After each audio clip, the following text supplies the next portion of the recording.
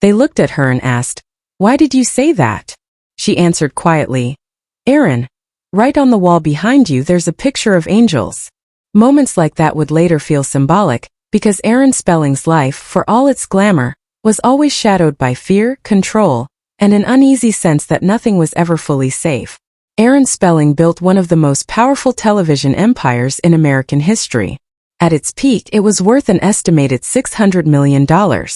He lived in a mansion with 123 rooms, produced thousands of hours of television, and shaped popular culture for decades. But when he died, his 2 children received less than 1% of his fortune. The rest went to his wife, Candy, a decision that fractured the family and turned his legacy into something far darker than any of his glossy dramas.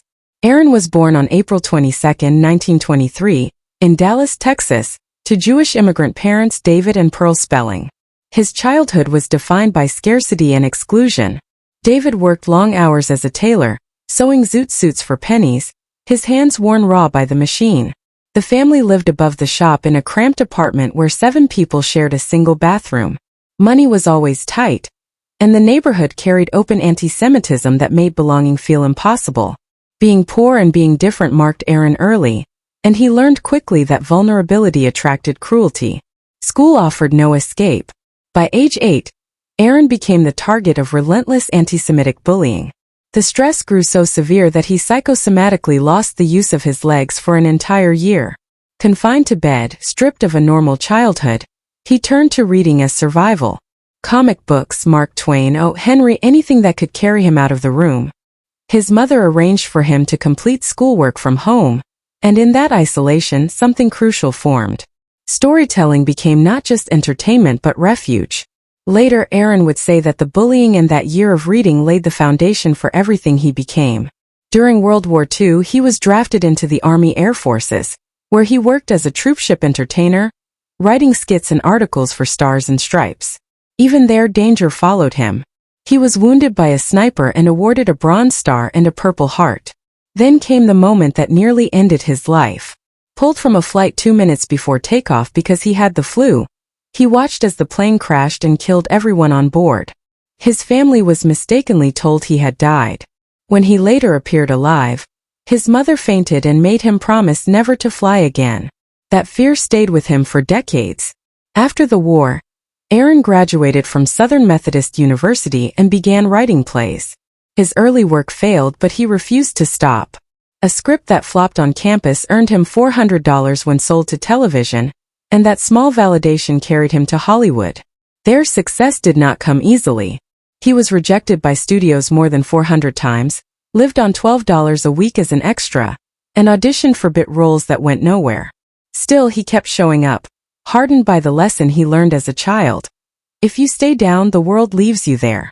His breakthrough came in the mid-1950s with Western anthology series, followed by critical recognition for dramatic writing and controversy for graphic violence. Aaron discovered that audiences could handle edge, and that outrage often translated into ratings. By the 1960s, he transitioned from writer to producer, gaining control over entire shows rather than single scripts. That control became his defining trait. Through the late 1960s and 1970s, his series pushed cultural boundaries while still delivering escapism. He reused footage to save money, challenged network censors, and turned controversy into profit. By the time Charlie's Angels exploded into pop culture in the mid-1970s, Aaron Spelling understood the machine completely. Sex, glamour, and scandal sold, especially when balanced with just enough restraint to keep advertisers comfortable. The 1980s cemented his dominance. Dynasty became a symbol of excess, with wardrobes, jewelry, and cliffhangers that felt operatic. At his peak, Aaron was producing roughly 140 hours of television per year. His shows didn't just air. They shaped schedules, habits, and conversations. By the 1990s, Beverly Hills, 90210 and Melrose Place made him the architect of modern teen and primetime drama. His company was reportedly earning him around $100 million a year. That control extended deeply into his personal life. When his daughter Tori was cast in Beverly Hills, 90210, he strictly managed her image, insisting her character remain wholesome for years. He vetoed storylines, romantic partners, even wardrobe choices. Other cast members had similar restrictions, designed to preserve marketability. To Aaron, image was everything and protection often looked like control. In 2006, Aaron Spelling died at age 83 after suffering a stroke. His net worth was estimated at around $600 million. What followed stunned the public. Tori and her brother Randy reportedly inherited about $800,000 each, less than 1% of the estate. Candy Spelling inherited the rest and became sole trustee. Smaller bequests to household staff made the imbalance feel even sharper. Tori later described growing up surrounded by luxury, but starved for emotional connection. She said her father once gave her diamond earrings instead of having a real conversation. After his death, she publicly said that $800,000 was not enough, not because of entitlement, but because her father had told her it would set her for life. The will included a no-contest clause, preventing legal challenges without risking everything. Candy Spelling retained control and wealth, but controversy followed her too. She faced eviction attempts, lawsuits, and public scrutiny. In January 2025, her longtime Malibu home was destroyed in a wildfire, a $23 million loss filled with decades of memories.